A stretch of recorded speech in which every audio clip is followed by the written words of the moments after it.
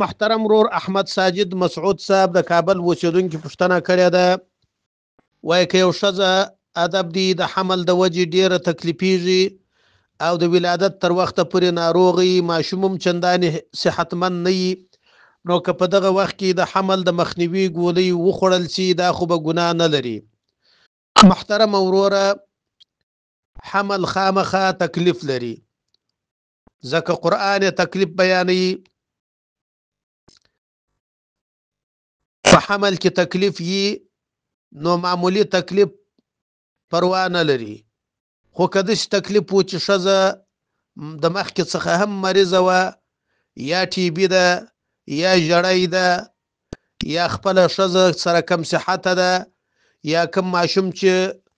تر دې ماشوم مخکې پیدا سوی دی هغه کوچنی دی، شیدو ته ضرورت لري، که دوم پسې پیدا سي نو د دې دوم تکلیف چې دی هغه پسې علاحده سي، دوم تکلیف سي، نو په داسې حالت کې معنی حمل دوایګانې هغه دوایي چې هغه حمل منع کوي د هغو خوړل پروا نه لري. او که چیرې دغه عذرونه نه وي د حمل د مخنیوي دواګانې یا نورې طریقې په کار باندې اچول د کراهیت څخه خالی نه دي، مکروه دي. والله اعلم بالصواب. محترم رور اسد صاحب د کندهار اوسیدونکي پوښتنه کړې ده، وایي ډیر ادب دی که د یو چا اودس نه وچیږي نو چې بول وکي تر بول وروسته اودس خو د خپل کوشش مطابق وچ کی، خو بیا هم د ښه اطمینان دپاره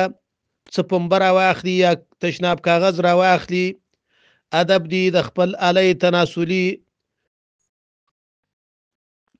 خوله باندې بنده کی، نو وروسته چې ځان وګوري د بولو اثر نه معلومیږي، هغه کاغذ نه یې لوند سوی، نو د دې سړي اودس څنګه دی؟ محترم وروره دا ډیره ښه طریقه ده، فقهاو هم دغه طریقه بیان کړې ده. وروسته چې هغه پنبه یا تشناب کاغذ چې د بولو یا د څاڅکو د مخنیوي دپاره استعمال سوی په هغه آله تناسلي په خوله کې ایښول سوی، که چیرې په هغه باندې لوندوالی نه معلومېدی، یعنی دا طرف یې لوند نه و دا د باندې طرف، نو په دغه صورت کې د دې سړي اودس پر ځای دی او داسې نه دی مات. والله اعلم بالصواب.